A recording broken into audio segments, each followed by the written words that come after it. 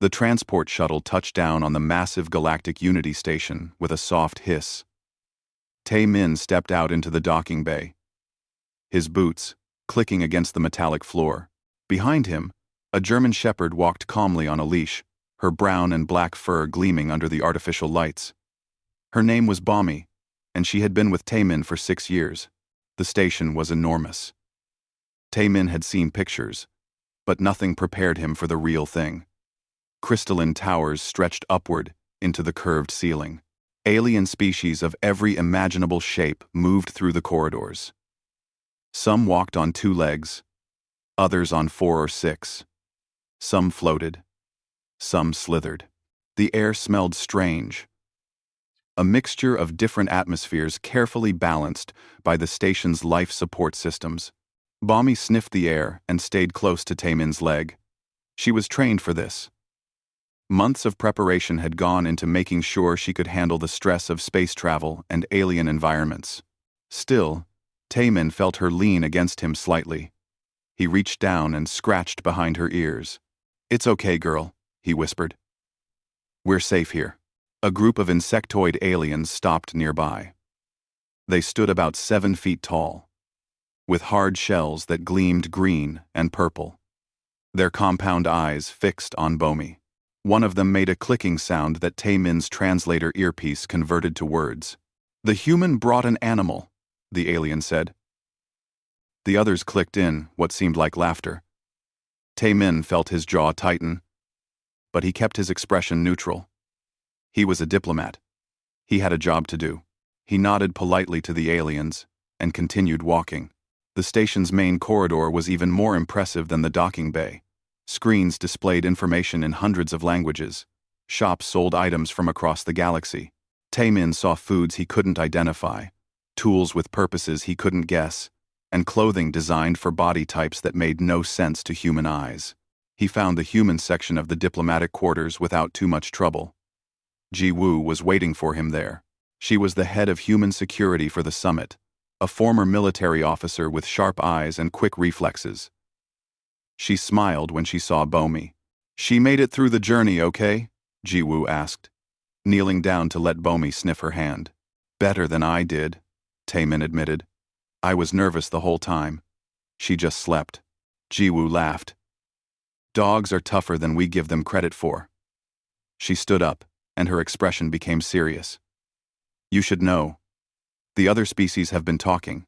They think bringing Bommy was a mistake.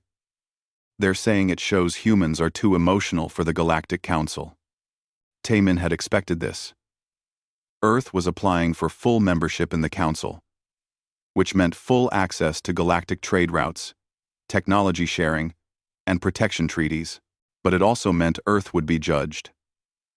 "Let them talk," Tae-min said. "Bommy stays with me." They walked together to the main diplomatic hall. Hyun-woo was there, a scientist who specialized in xenobiology. He was examining a holographic display of the station's layout, making notes on his datapad. He looked up when they entered. "Tae-min, you made it." Hyun-woo's eyes went to Bommy. "And this must be the famous dog everyone is arguing about." "Arguing?" Tae-min asked. "Oh yes.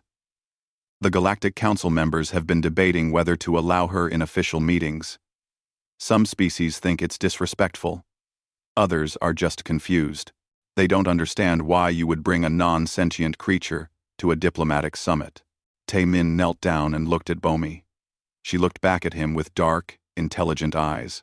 Her tail wagged slowly. "She's not non-sentient," he said quietly. "She's family." The first official meeting happened that evening. The council chamber was circular, with seats arranged in tiers so every species could see the center stage. Tae-min took his place in the human section, with Bommy lying quietly at his feet. He could feel eyes on them from all directions. Commander Krell entered the chamber. He was the station's administrator, an insectoid from a species that had been part of the council for 3,000 years. His exoskeleton was decorated with symbols of rank and achievement. When he spoke, his voice was translated into a harsh, clicking version of human language. We gather to evaluate Earth's petition for full council membership, Krell announced. Over the coming weeks, we will observe human delegates, review their cultural practices, and determine their suitability. His multifaceted eyes turned toward Tae-min. We note that the human delegation has brought an animal to this station. Commander Krell wishes to understand. Is this creature a tool? A weapon? Or simply a sign of primitive attachment? The chamber fell silent. Hundreds of aliens waited for Tae-min's response. He stood slowly, feeling Bomi stand with him. She pressed against his leg, sensing his tension. Her name is Bomi, Tae-min said clearly. She is my companion. Humans have lived alongside dogs for over 15,000 years. They are not tools or weapons. They are partners, friends. In many ways, they make us better than we would be alone. Quote, a rippling sound moved through the chamber. Some species seemed confused. Others made sounds that might have been laughter or scorn. A reptilian delegate stood up. His scales were deep red, and his eyes were cold and calculating. This was Ambassador Voth, representing one of the most powerful military species in the galaxy. Emotional attachment to lesser creatures, Voth said, his voice dripping with contempt. This is precisely why humanity is not ready for the Council. You let feelings cloud your judgment. You waste resources on creatures that provide no tactical advantage. You are weak. Tae-min wanted to argue, but Ji-woo touched his arm gently. He sat down, and the meeting continued.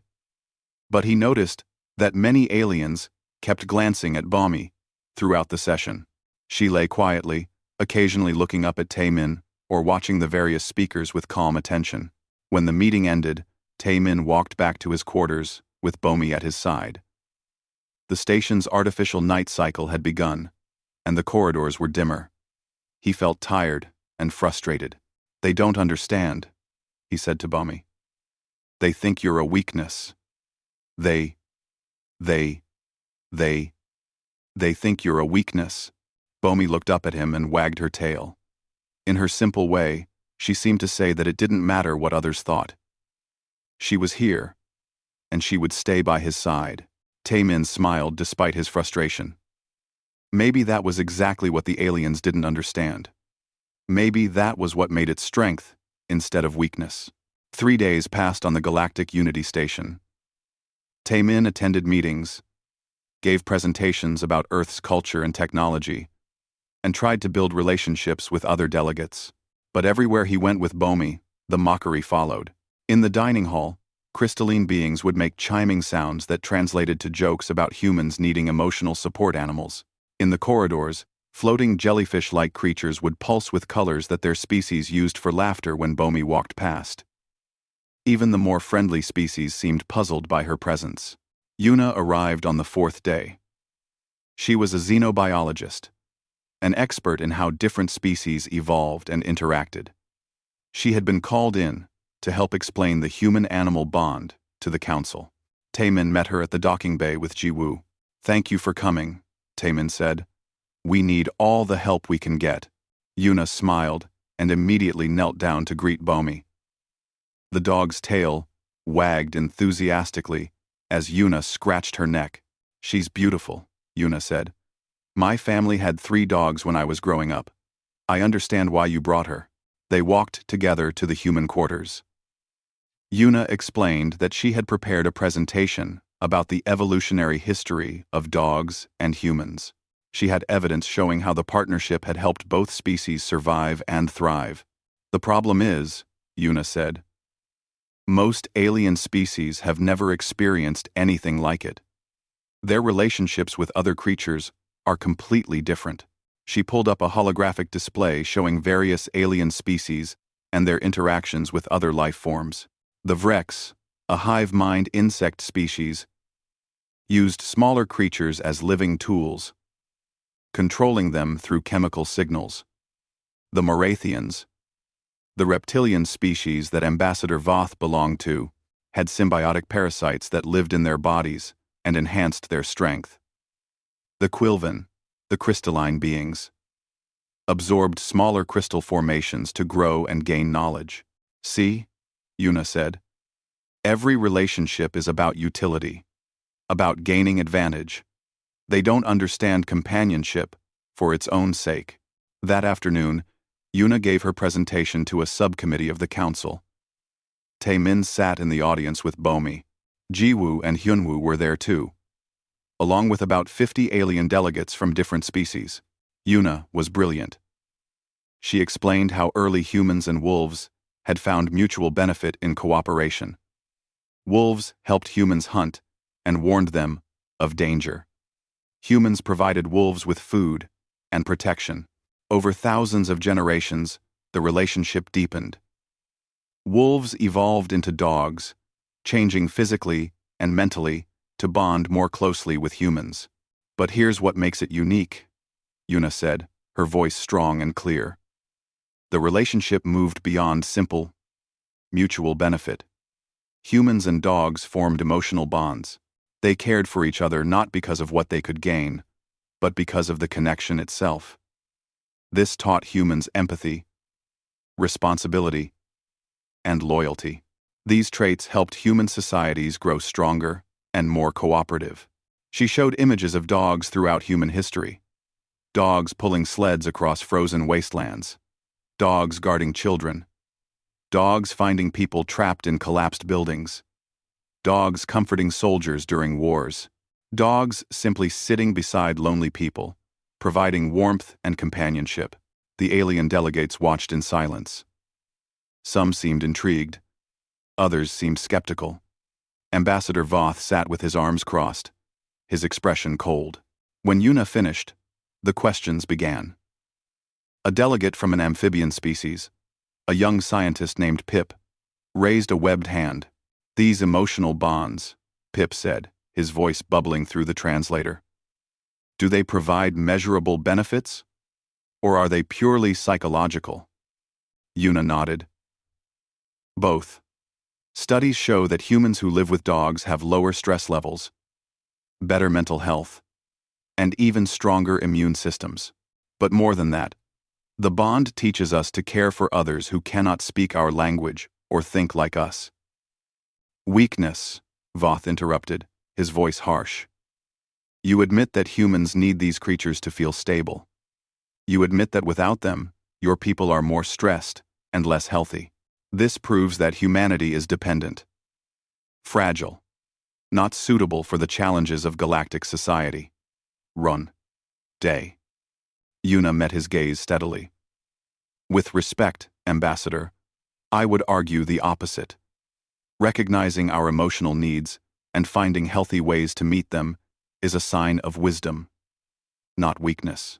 Species that ignore psychological health often collapse from within. Voth snorted, a strange sound coming from his reptilian throat. My people conquered 17 star systems before yours discovered fire. We did it through strength, not by cuddling with lesser beasts. And how many of those systems rebelled against you? Yuna asked quietly. The chamber went very quiet.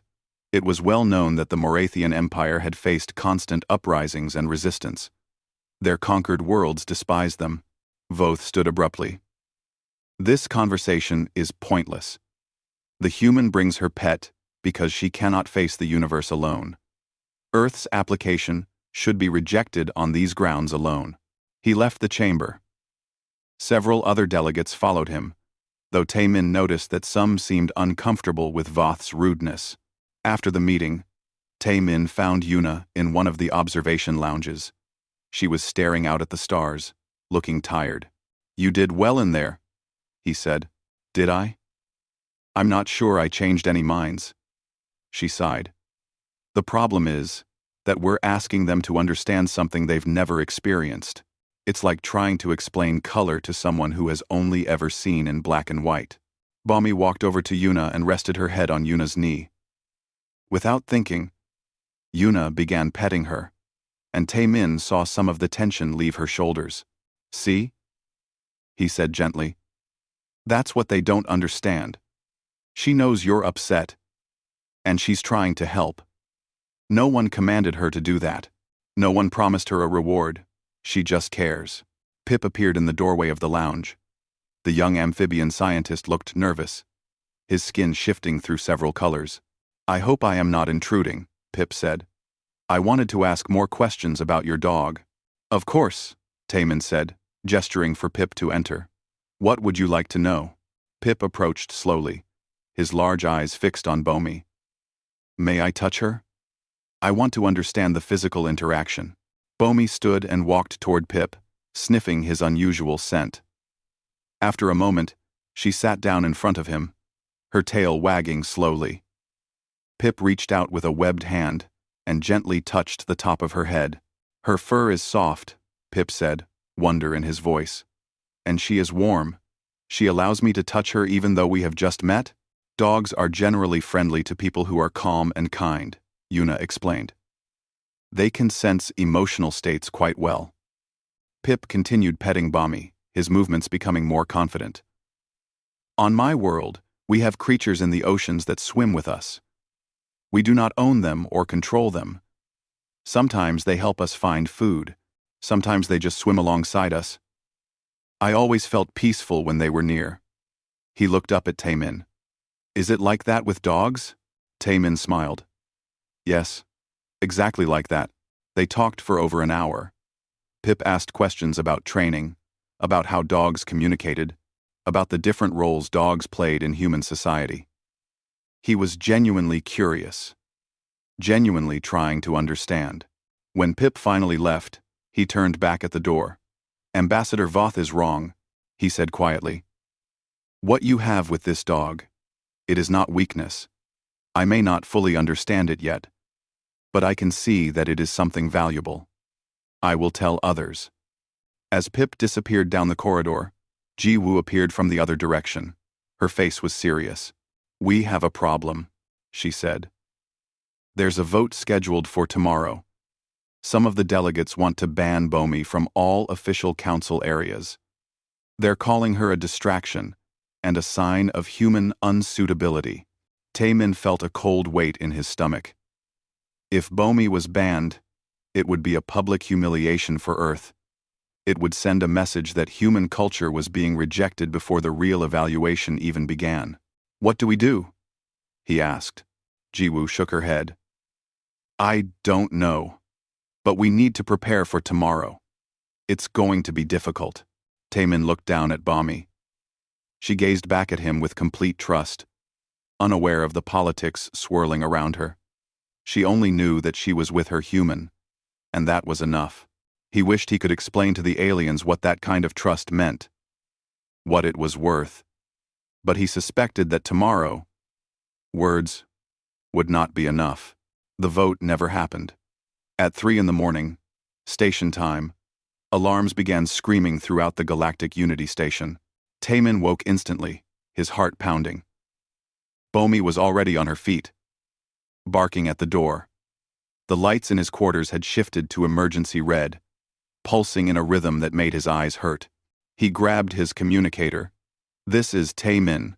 What's happening?" Ji-woo's voice came through, crackling with interference.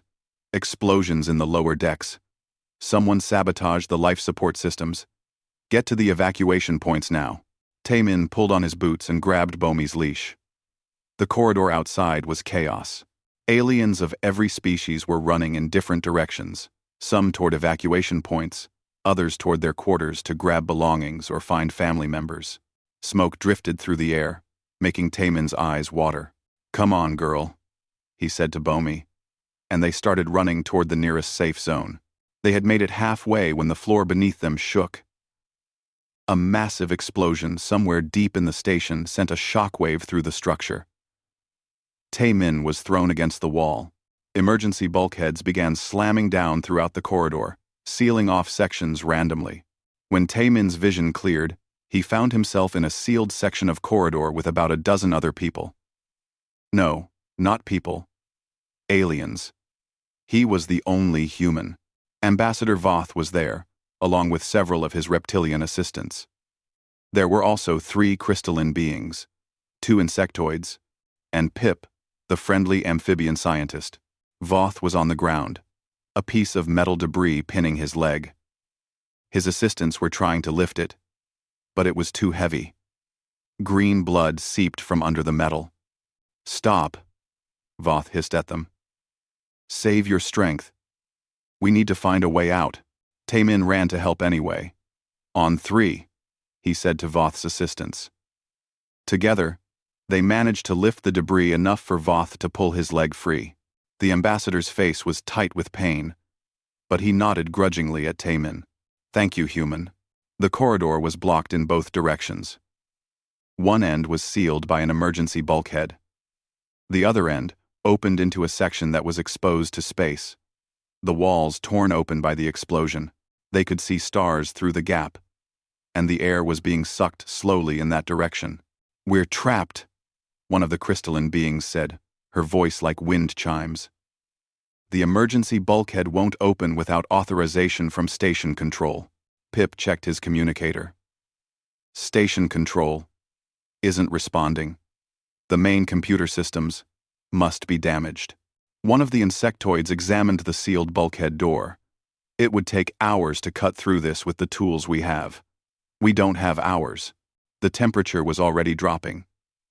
Taemin could see his breath in the air. Worse, there was a chemical smell growing stronger. Something was leaking from the damaged systems in the walls. "That's coolant," Voth said, his voice strained. "If we breathe too much of it, it will damage our lungs. We need environmental suits, but they're all stored on the other side of that bulkhead." Bommy had been sniffing around the corridor, moving from wall to wall. Now she came to Taemin and began pawing at his leg, whining urgently.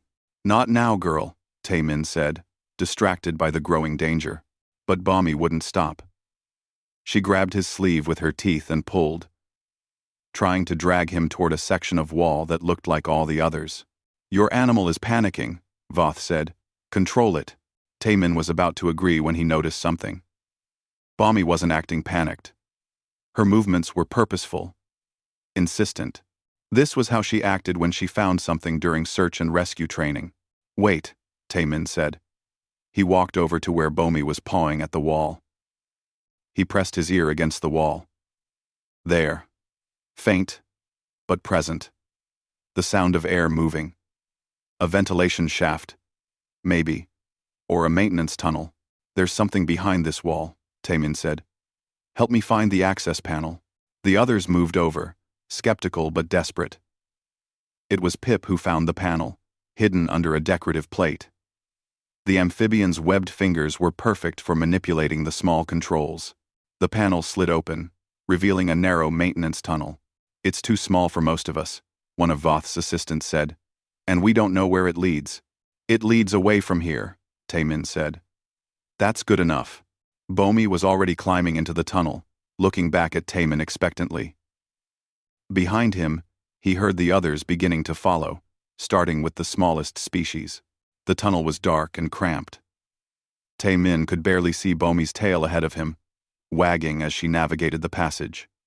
The air was cleaner here, though, and warmer. Some of the tunnel was drawing. They were moving away from the damaged section. After about 50 meters, Bommy stopped. She began scratching at a junction in the tunnel, whining urgently. "What is it?" Taemin asked. "Left or right?" Bommy scratched at the right tunnel, then moved back and stood in front of the left tunnel, refusing to move. "She wants us to go right," Taemin called back to the others. "But I think she's trying to tell us not to go left." "We should split up." Voth's voice came from behind. "Cover more ground." "No," Taemin said, surprised by his own certainty. "She knows something we don't. We go right." There was grumbling, but everyone followed. The right tunnel led upward, becoming steeper. It was hard work, climbing in the narrow space. Behind him, Taemin could hear Voth struggling, his injured leg making every movement painful. They had climbed for maybe 5 minutes when they felt another explosion. This one was closer, much closer. The tunnel shook, and Taemin heard a terrible groaning sound of metal tearing. "The left tunnel," Pip said from behind. "It must have collapsed." May. May. If they had gone left, they would all be dead. Taemin reached forward and touched Bomi's back. Feeling grateful beyond words, the tunnel finally opened into a maintenance room. It was small and filled with equipment, but there was normal atmosphere here, and the emergency lights were working. Better yet, there was a communication panel on the wall. Pip rushed to it and began working the controls. One by one, they climbed out of the tunnel. Voth was last, his reptilian face gray with pain. His leg was badly damaged, the scales torn, and green blood still flowing.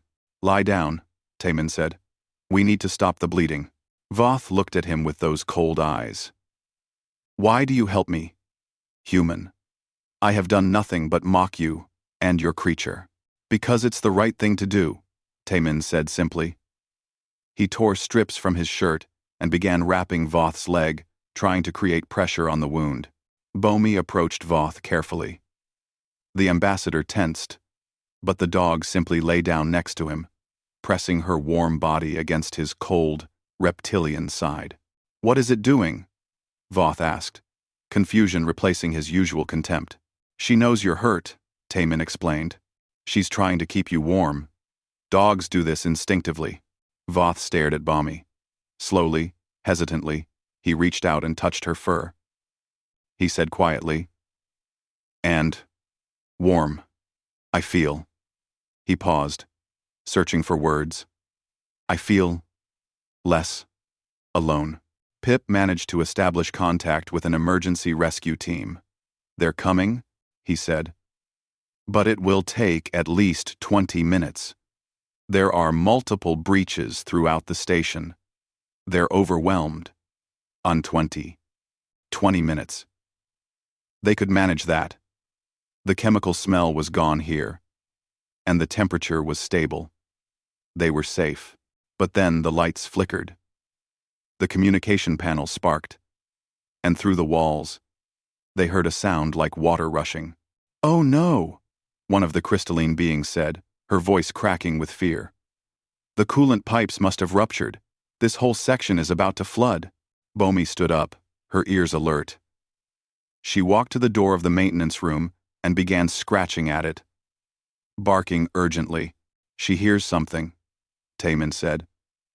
"Or smells something. Maybe she's found another way out." Voth tried to stand but fell back with a hiss of pain. "I cannot move quickly. You should go without me." "Absolutely not," Taemin said. He looked at Voth's assistants. They could hear the coolant now, hissing through damaged pipes, getting closer. Bomi barked again, more urgent. There was no time for debate. They had to move now, or they would die here together. Taemin opened the door, trusting his dog with all their lives. Bomi ran ahead into the darkness, and they followed her into the unknown. Bomi ran through the darkened corridors with purpose, looking back every few seconds to make sure the group was following. Taemin and two of Voth's assistants carried the injured ambassador between them, moving as quickly as they could. The others followed close behind. Their various forms of movement adapted to the emergency. The sound of hissing coolant grew louder behind them. It was a race now. The toxic liquid was spreading through the damaged sections, and if it caught them, their lungs would burn and fail within minutes. Bomi suddenly stopped at an intersection and began barking aggressively at the corridor ahead. She planted herself in front of the group, refusing to let anyone pass. "Move your creature," one of Voth's assistants snapped. "We must keep going." "Wait," Taemin said. He trusted Bomi completely now. "She's warning us about something." Pip pulled out a small scanner from his equipment belt. He aimed it down the corridor, and his skin immediately flushed a dark, frightened purple. "Decompression ahead," Pip said, his voice shaking. "That entire section has lost atmosphere. If we had gone that way, we would have been sucked into space." The alien stared at Bomi. She sat calmly now, her tail wagging slightly, waiting for them to understand. "She saved us again," one of the crystalline beings said softly. "How did she know?" "Dogs can sense air pressure changes," Yuna had explained during her presentation. Taemin remembered. They can hear frequencies we can't. They can smell things miles away. Take us another way, girl, Taemin said. Find us a safe path. Bomi immediately turned and headed down a different corridor. This one was narrower, and the emergency lights were flickering, but the dog moved confidently. She knew where she was going. They passed through a cargo bay filled with containers from 100 different worlds. Bomi navigated between them without hesitation. At the far end, she stopped at a heavy door and scratched at it. That's a storage room, Pip said, checking the markings. It won't help us. We need to find the emergency shelters. But Bomi wouldn't move from the door. She barked and scratched more insistently. Taemin opened the door. Inside, huddled behind supply crates, were Ji-woo and 6 other survivors. 3 humans, 2 insectoids, and an amphibian child. Ji-woo's uniform was torn, and she had a nasty burn on her shoulder. But her eyes lit up when she saw Taemin. Taemin, thank God. She stood up quickly. We've been trapped here. The corridors outside were filled with smoke, and we couldn't see where to go. How did you find us? I didn't, Taemin said, looking down at Bomi. She did. Ji-woo knelt down and hugged Bomi tightly. The dog licked her face, tail wagging furiously. The other survivors came out from behind the crates, looking exhausted and scared. We need to keep moving, Taemin said. Is everyone here able to walk? They all nodded. The amphibian child was clinging to one of the insectoid survivors, too frightened to speak, but physically unharmed. The group was larger now, 13 individuals of various species. Voth was still unable to walk on his own, so they took turns helping carry him. Bomi led them onward, pausing at each intersection to sniff the air and listen before choosing a direction. Twice more she stopped them from going down corridors that would have led to danger. Once it was fire, flames spreading through the walls from damaged power systems. Once it was a section where the floor had collapsed, leaving a gap that fell away into darkness. Your dog, Voth said quietly as they rested for a moment. His voice was weak with pain and blood loss, but there was something new in it. Respect. She is remarkable. I was wrong about her. About all of this. She's just doing what dogs do, Taemin said. Protecting her pack. Her pack, Voth repeated. She thinks we are all her pack? Even those of us who showed her no kindness? Dogs don't hold grudges, Ji-woo said. If you're with their human, you're worth protecting. It's that simple. Voth closed his eyes. My species conquered worlds through strength and fear. We never understood why conquered populations resisted us so fiercely. Perhaps this is why. We never learned to build the kind of bonds that make others want to follow us. We only learned to force obedience. They reached another sealed bulkhead. This one had a control panel that was still functioning. Pip worked on it, his webbed fingers moving quickly across the alien interface. I can open this, he said. But I'm reading that there are survivors on the other side. Many of them. Maybe 50 or more. They're in one of the emergency shelters. Open it, Taemin said. The bulkhead groaned and slowly slid open. Beyond it was a large shelter area, filled with aliens from dozens of species. They looked up in surprise as the bedraggled group entered. Hyunwoo was there, along with Yuna and dozens of other delegates. Commander Krell stood near the center, directing rescue efforts via communicator. When he saw the group, his compound eyes widened. Ambassador Voth, we thought you were lost. Krell rushed over. How did you survive? That entire section was declared unsalvageable. Voth looked at Bomi, who was sitting calmly next to Taemin, panting slightly from the exertion. The human's dog saved us. Multiple times. She found paths through the damage. She warned us of dangers we could not detect. She led us to other survivors. Without her, we would all be dead. The shelter fell silent. Every alien was staring at Bomi now. The dog seemed confused by all the attention. She just wanted some water and maybe a treat. Commander Krell approached slowly. "May I?" he asked Taemin, gesturing toward Bommy. Taemin nodded. Krell knelt down, his large insectoid body awkward in the position.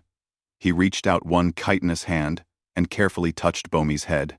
She sniffed his hand and then licked it, making Krell jerk back in surprise. "She is showing affection," Yuna explained. "She trusts you." "I do not deserve her trust," Krell said quietly. "I called her a sign of human primitiveness. I questioned whether she should even be allowed on this station." He looked up at Taemin. "I was a fool." Medical teams arrived and began treating the injured. Voth was taken away on a stretcher. But before he left, he called Taemin over. "Human," Voth said. "I have spent my life believing that emotion is weakness. That attachment is a tactical error. Your dog has proven me wrong in ways I cannot ignore. She acted with courage, intelligence, and loyalty. She protected those who had shown her nothing but contempt. This is not weakness. This is strength of a kind my people have never possessed." He paused, breathing heavily. "When I recover, I will speak to the council. I will tell them what happened here, and I will recommend that Earth be granted full membership, not despite your bond with these creatures, but because of it. A species that can inspire such loyalty in other living things, that is a species worth standing beside." Taemin felt a lump in his throat. "Thank you, Ambassador." Voth managed a slight smile. "Thank your dog. She is the true hero." Something. As the medical team carried Voth away, Taemin sat down on the floor. Bommy immediately climbed into his lap, something she hadn't done since she was a puppy. She was too big for it now. But Taemin didn't care. He wrapped his arms around her and buried his face in her fur. "Good girl," he whispered. Jiwoo sat down next to them, and then Yuna, and then Hyunwoo. One by one, the human delegation gathered around Bommy, petting her and thanking her. She soaked up the attention happily, her tail wagging so hard her whole body wiggled. Pip approached hesitantly. "May I join you?" he asked. "Of course," Taemin said. The young amphibian scientist sat down and carefully touched Bommy's paw. "I want to learn more about dogs," Pip said. "I want to understand this bond. Perhaps my people could benefit from something similar. We have creatures on our world that are friendly to us. Maybe we could develop deeper relationships with them." Other aliens were beginning to approach now, asking questions about Bommy, about dogs in general, about the human-animal bond. The mockery was gone. In its place was curiosity and respect. Taemin looked at Bommy, who gazed back at him with those simple, trusting eyes. She didn't know she had changed the fate of Earth's application to the Galactic Council. She didn't know she had challenged centuries of alien assumptions about intelligence and worth. She only knew that her human was safe, and that made everything okay. Sometimes, Taemin thought, the simplest truths are the most powerful ones. The station's main power was restored 3 days after the attack. Engineers worked around the clock to repair the damaged sections and restore full life support. The investigation revealed that an extremist group, opposed to any new species joining the Galactic Council, had planted explosives throughout the lower decks. They had been caught trying to escape in a stolen shuttle. During those 3 days of recovery, something remarkable happened. Aliens who had never given dogs a second thought began asking questions. They wanted to know how to read Bommy's body language. They asked about training methods. They inquired about the evolutionary history that Yuna had presented. Some brought their children, teaching them to approach gently and let Bommy sniff their hands before petting her. The amphibian child who had been rescued from the storage room came every day, sitting quietly next to Bommy for hours. The child didn't speak much, traumatized by the attack, but would giggle when Bommy licked their face. Taemin watched it all with a sense of wonder. Bommy was just being herself, and somehow that was enough to bridge gaps between species that had existed for thousands of years. Commander Krell called a special council session on the 4th day. The main chamber had been repaired, though scorch marks still darkened some of the walls. Every delegate who had survived the attack was present, along with many who had been in the safe zones during the emergency. Krell stood at the center of the chamber, his exoskeleton gleaming under the restored lights. "We gather today, under different circumstances than when we first convened," Krell said. "We have faced danger together. We have seen courage in unexpected places. And we must make a decision about Earth's petition for full council membership." He turned to where Taemin sat with Bomi at his feet. The human delegation was scheduled to undergo weeks of evaluation, cultural assessment, technological review, political analysis. But sometimes, the truth of a species is revealed not in prepared presentations, but in moments of crisis. Voth entered the chamber, supported by medical braces on his injured leg. He made his way slowly to the speaker's platform. The chamber fell silent. Everyone knew that Voth had been Earth's strongest opponent. "I will make this brief," Voth said, his voice still weak but clear. "I believed humans were too emotional, too attached to lesser creatures, too soft for the realities of galactic politics. I said these things publicly and with confidence." He paused, looking directly at Taemin. "I was completely wrong. During the attack, I was trapped in a damaged section with the human ambassador and his dog. That dog saved my life. Not because I had shown it kindness, not because its human commanded it to. It saved me because that is its nature. It found other survivors when we had no hope of locating them." Voth shifted his weight, grimacing slightly. "But more than that, when I was injured and cold, the dog lay against me to keep me warm. It showed me comfort when I had shown it only contempt. This taught me something my species has never understood. True strength is not just the power to destroy enemies. It is also the capacity to protect those who cannot protect themselves. To show loyalty without calculation. To give kindness without expecting return." He looked around the chamber at the assembled delegates. "Earth's bond with dogs is not a weakness. It is evidence of wisdom. It shows that humans understand something fundamental about survival. No species thrives alone. No empire lasts through fear alone. Connection, loyalty, trust, these are the foundations of lasting strength. I recommend Earth for full council membership. Not despite their animals, but because of what those animals reveal about human character." Voth left the platform to stunned silence. Then Pip stood up, his young voice ringing through the chamber. "I too recommend Earth's membership," Pip said. "I have studied the human-animal bond. It is unique in the known galaxy. But it doesn't have to be. My people have friendly relationships with ocean creatures. We could develop deeper bonds. Many species here could benefit from learning what humans have practiced for thousands of years." More delegates stood. The crystalline beings who had been trapped with Taemin, the insectoids who had witnessed Bomi's courage. One by one, species that had been skeptical now spoke in favor of Earth's membership. Commander Krell raised his hands for silence. "The Council will vote. All in favor of granting Earth full membership?" The chamber filled with sounds of agreement.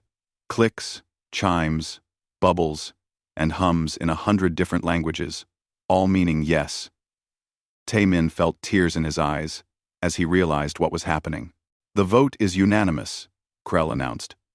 "Earth is hereby granted full membership in the Galactic Council, with all rights and responsibilities therein."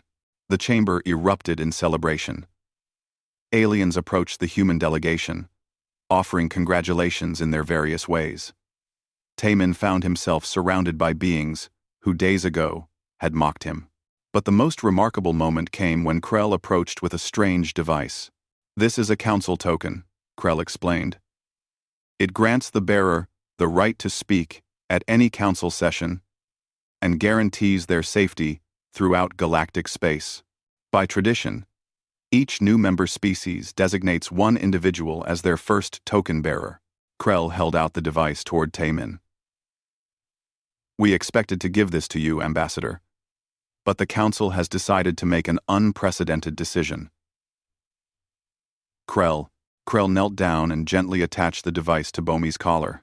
Your dog is hereby recognized as an honorary member of the Galactic Council. She may accompany you to all sessions. Any species that harms her will answer to the entire council. We do this not as a symbolic gesture, but because she has earned it through her actions. Bomi wagged her tail, completely unaware of the honor she had just received. She just knew that the nice insect person was paying attention to her. The celebration lasted for hours.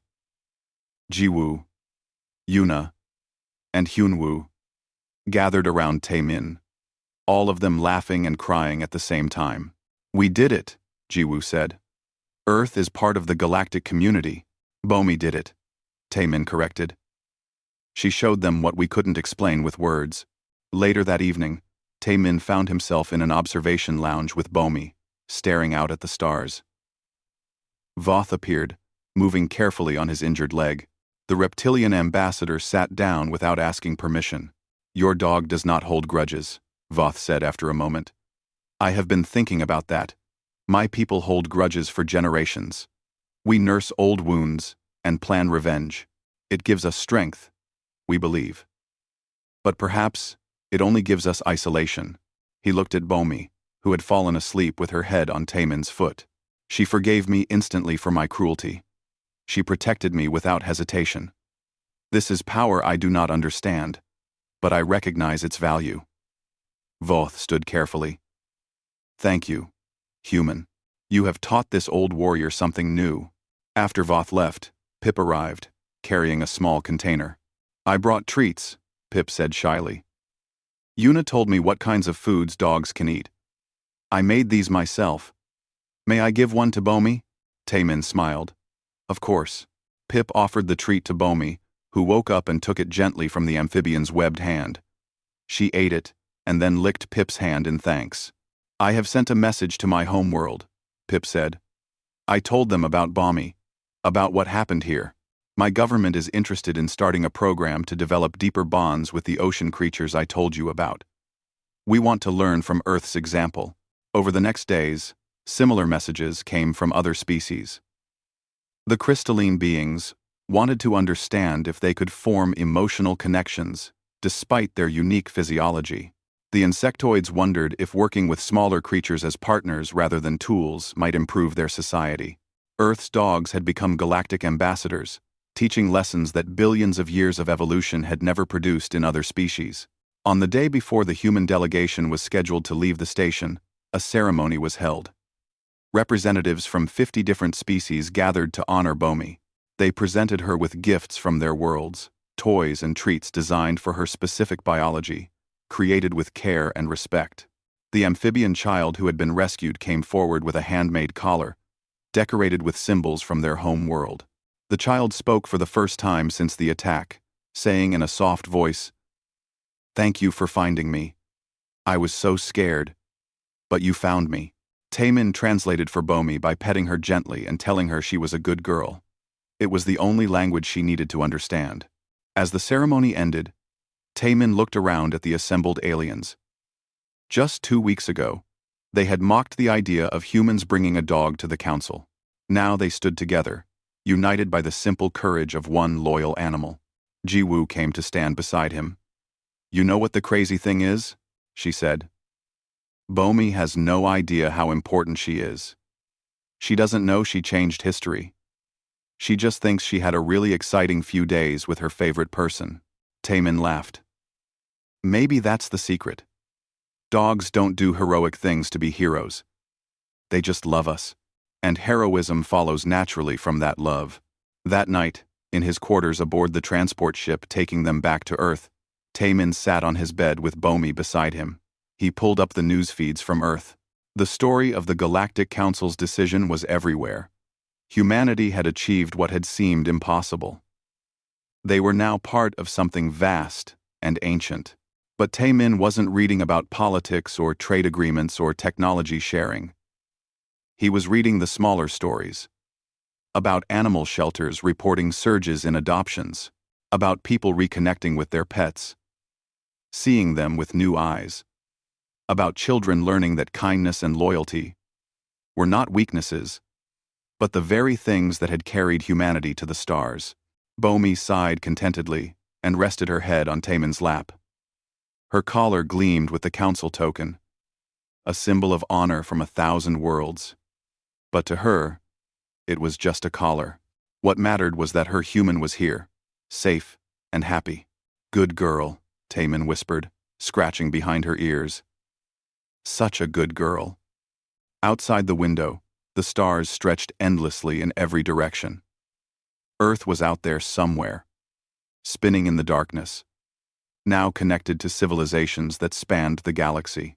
And it had all changed because one human had refused to leave his dog behind, because sometimes the smallest acts of loyalty echo across the universe.